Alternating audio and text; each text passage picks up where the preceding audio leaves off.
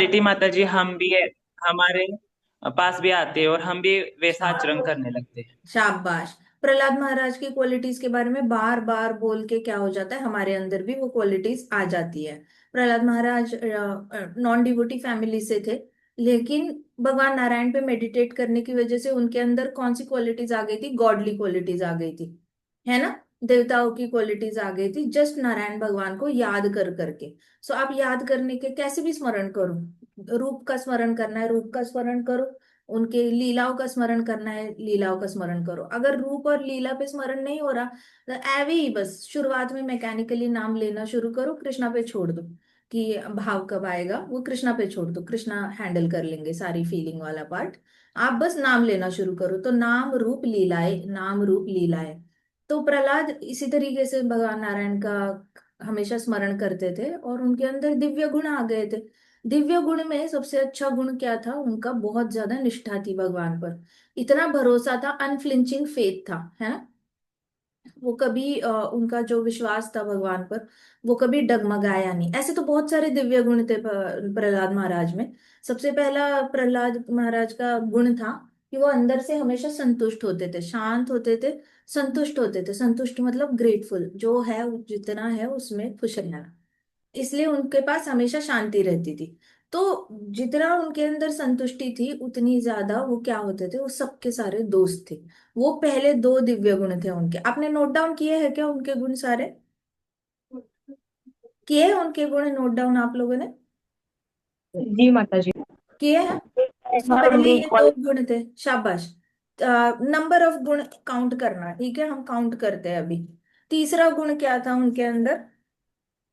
He was a friend to all. उसके बाद क्या था? He was a servant to elders. सबके क्या थे?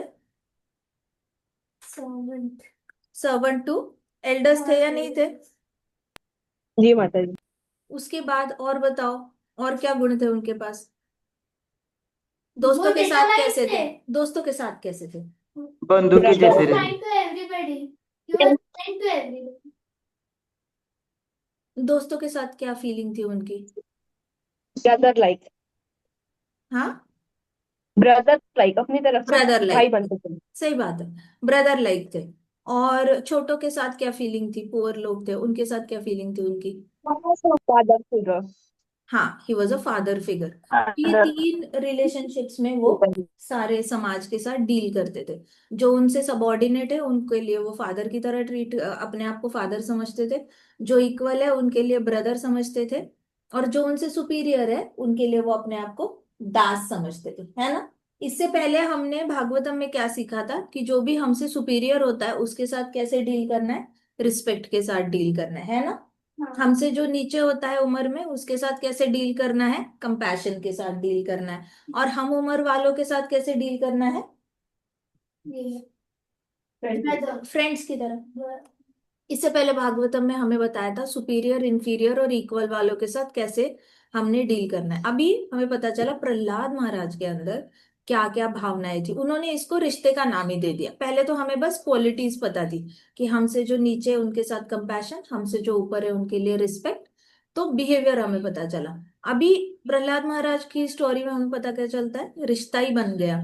हमारे वालों के ऊपर वालों के साथ दास का रिश्ता, हमारे नीचे वालों के साथ पिता का रिश्ता, और हम उम्र के साथ भाई का रिश्ता, सिबलिंग वाला रिश्ता। Got it? अभी Bhagavatam, are you able to connect dots?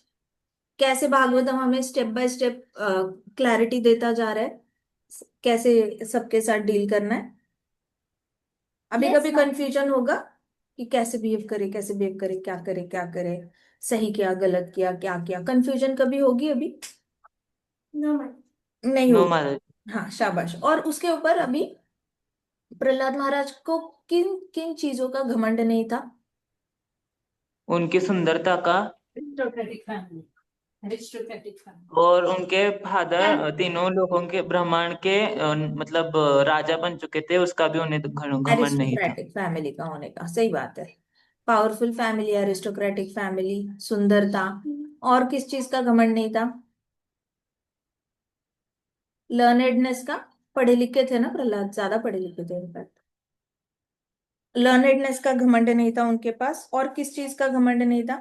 Rich होने का घमंड नहीं था, ब्यूटी का घमंड नहीं था, पढ़े लिखे होने का घमंड नहीं था, और एरिस्टोक्रेटिक फैमिली को बिलोंग करने का घमंड नहीं था उनके पास। तो ये चारों तरीके के जो चीजें हैं जो आपको रिस्पेक्ट देते हैं समाज में, वो सारे respect were available at his door step.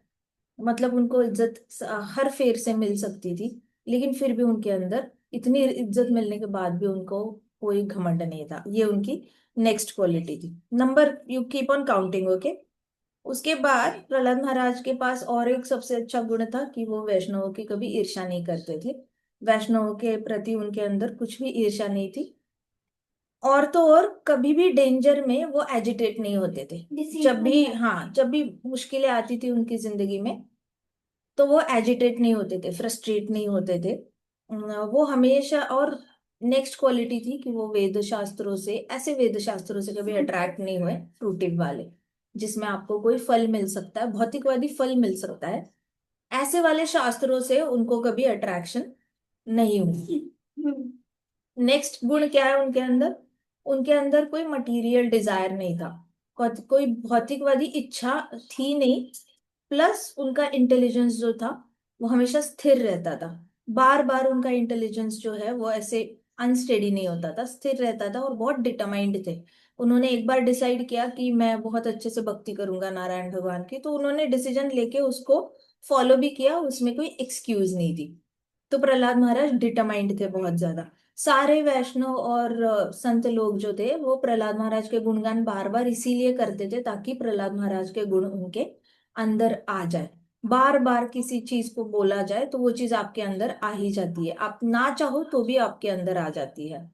तो वैसे संत महात्माओं ने प्रहलाद महाराज का गुणगान किया। नेक्स्ट, प्रहलाद महाराज का सबसे अच्छा गुण जो है, नारद मुनि जी युधिष्ठिर को बताते हैं कि उनका अनफ्लिंचिंग फेथ था कृष्ण पर। जो उनकी श्रद्धा थी वो अटूट थी, वो कभी बदलती नहीं थी उनकी श्रद्धा।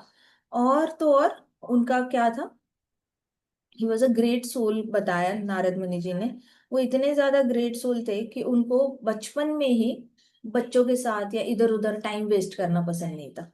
बचपन से ही वो नारायण का नाम लेते थे। जब उनको कुछ भी समझ में नहीं आता था, जैसे ही बोलना शुरू किया, तब से ही नारायण का नाम लेना शुरू किया। और वो काफी गंभीर लगते थे, शांत लगते थे। कभी कभी कुछ कुछ असुरी लोग उनको डल समझते थे, डम समझते थे, डल है, इसको क्या पता, क्या नहीं पता। लेकिन उस वक्त प्रहलाद महाराज के मन में क्या चल रहा होता था कि ये भौतिकवादी है, ये ऐसे कैसे कंटिन्यूस एंजॉय कर सकते हैं, ये मटेरियल एंजॉयमेंट में इतने ज्यादा कैसे एब्जॉर्ब हो जाते हैं। ये हो फ्रीज हो गया क्या वीडियो? हाँ, पता नहीं क्यों नेट चला गया लगता है। I don't know what happened, बंद ही हो गया जूम। अरे, लैपटॉप भी बंद हो गया।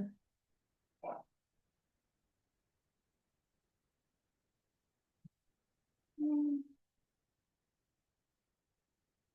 ये आजकल ना बार बार लैपटॉप बंद हो रहा है, मुझे समझ में नहीं आ रहा क्यों हो रहा है।